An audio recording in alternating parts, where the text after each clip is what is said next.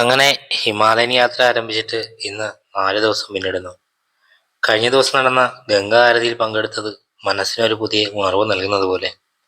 ഇന്ന് ഋഷികേശിൽ നിന്നും അതിരാവിലെ തന്നെ ലൊഹാജംഗ് ബേസ് ക്യാമ്പിലേക്കുള്ള യാത്ര ആരംഭിച്ചു. ഏകദേശം 250ലധികം ദൂരമുണ്ട് ഈ യാത്രയ്ക്ക്.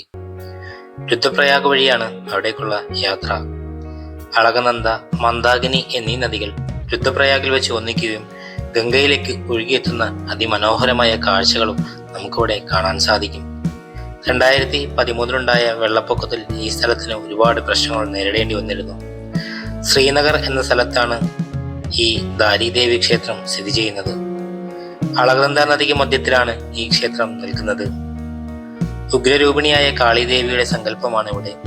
2013 ജൂണിലുണ്ടായ മഹാദുരന്തത്തിന് കാരണം ഈ ദാരിദേവിയുടെ കോപമാണെന്ന് വിശ്വസിക്കുന്നു.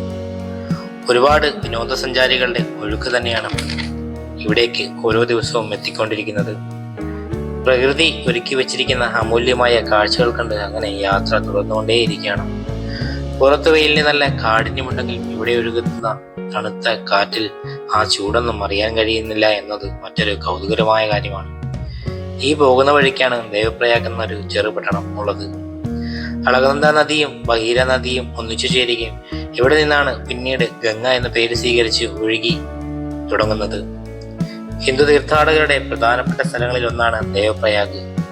ഓരോ യാത്രയും ഓരോ അനുഭവം, പല പല ഭക്ഷണ രീതികൾ, കാണാത്ത കേട്ടു പരിചയിച്ച സ്ഥലങ്ങളിലൂടെയാണ്. അതാണ് ഓരോ യാത്രയും സമ്മാനിക്കുന്നത്.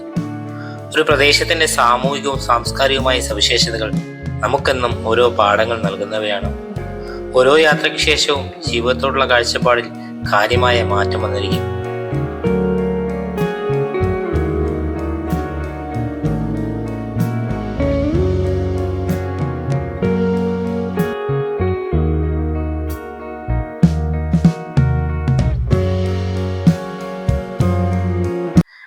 അങ്ങനെ യാത്ര തുടർന്നുകൊണ്ടേയിരിക്കുകയാണ്. പ്രകൃതിയുടെ മനോഹാരിതയും ഇളമയിലെ ചൂടെല്ലാം ആസ്വദിച്ച് വീണ്ടും യാത്ര തുടരുന്നു. ഒരു വശത്ത് വലിയ കൊക്കയും മറുവശത്ത് വലിയ മലയും. ഇടപെടാതെ വരുന്ന സഞ്ചാരികളുടെയും സ്വദേശികളുടെയും വാഹനങ്ങളുടെ നിര നമ്മെ ഭയപ്പെടുത്തുന്ന ഒരു അനുഭവം തന്നെയാണ്. ഈ യാത്രയിൽ നിങ്ങളും എന്നോടൊപ്പം ഉണ്ടാകണം. വീഡിയോ ഇഷ്ടപ്പെടുവാണെങ്കിൽ ലൈക്ക് ചെയ്യാനും ചാനൽ സബ്സ്ക്രൈബ് ചെയ്യാനും നിങ്ങളുടെ നിർദ്ദേശങ്ങൾ കമന്റായി രേഖപ്പെടുത്താനും മറക്കരുത്. ഏതൊരു സാധാരണക്കാരനും 31,000 രൂപയ്ക്ക് ഹിമാലയത്തിലേക്ക് സഞ്ചരിക്കാം എന്നുള്ളതാണ് ഈ വീഡിയോയുടെ പ്രത്യേകത.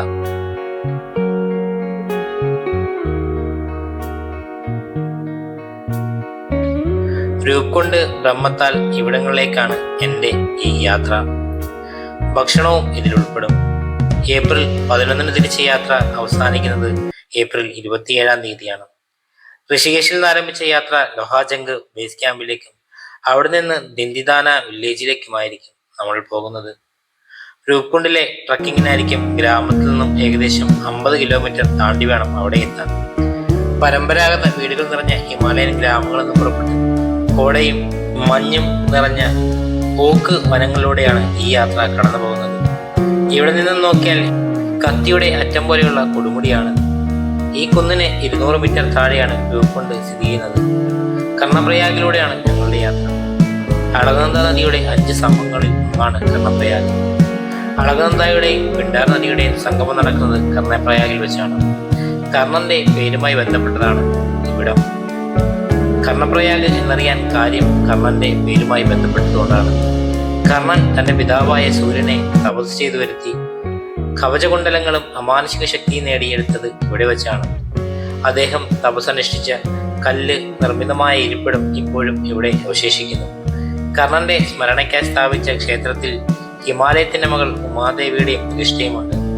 നിലവിൽ 7 മണിക്കൂറിലധികം റോഡ് മാർഗം സഞ്ചരിച്ച് വരുന്ന ഈ യാത്രയുടെ ഭാരം കുറയ്ക്കാനായി ഇന്ത്യൻ റെയിൽവേയുടെ സ്വപ്ന പദ്ധതിയായ ഋഷികേശ് കർണപ്രയാഗ് അതിവേഗ റെയിൽപാതയുടെ നിർമ്മാണം നടന്നു വരുന്നു. യാത്രാ സമയം ഏകദേശം 2 മണിക്കൂറുകളിൽ ഈ പാതയുടെ പൂർത്തീകരണത്തോടെ എത്താൻ കഴിയും. തിരക്ക് നിറഞ്ഞ വാഹനം നിറഞ്ഞ ഈ കഠിനമായ യാത്ര വല്ലാത്തൊരു അനുഭവം തന്നെയാണ്. ഇന്നത്തെ ഞങ്ങളുടെ യാത്ര താമസം ഇവിടുത്തെ ഒരു ഗ്രാമത്തിലാണ്. ഇവിടെ താമസിച്ച ശേഷം രാവിലെ 8 മണിക്ക് തന്നെ ദില്ലിദാന വില്ലേജിൽ പുറപ്പെടേണ്ടതുണ്ട്. അങ്ങനെ ഏകദേശം ഇന്നത്തെ യാത്ര അവസാനിച്ചിരിക്കുകയാണ്. വീഡിയോ ഇഷ്ടപ്പെട്ടു കഴിഞ്ഞാൽ നിങ്ങളെല്ലാവരും എൻ്റെ ചാനൽ സബ്സ്ക്രൈബ് ചെയ്യാനും നിങ്ങളെല്ലാവരും നിങ്ങളുടെ അഭിപ്രായങ്ങൾ നിർദ്ദേശിക്കാനും വീഡിയോ ഇഷ്ടപ്പെടുവാണെങ്കിൽ എല്ലാവരും ലൈക്ക് ചെയ്യാനും മറക്കരുത്. അപ്പോൾ ഹിമാലയത്തിൻ്റെ കൂടുതൽ വിവരങ്ങളുമായി നിങ്ങളോടൊപ്പം ഞാൻ വീണ്ടും ഉണ്ടാകും. അപ്പം നിങ്ങളും എന്നോടൊപ്പം ഉണ്ടാകണം. സാധാരണക്കാർക്ക് വേണ്ടി മാത്രമാണ് ഓരോ യാത്രയും ഞാൻ നടത്തുന്നത്. നിങ്ങളുടെ സപ്പോർട്ട് ഉണ്ടെങ്കിൽ തീർച്ചയായിട്ടും എനിക്ക് ഇനിയും കൂടുതൽ യാത്രകളുമായി മുന്നോട്ട് പോകാൻ കഴിയും. അപ്പം വീഡിയോ വാച്ച് ചെയ്ത എല്ലാവർക്കും നന്ദി.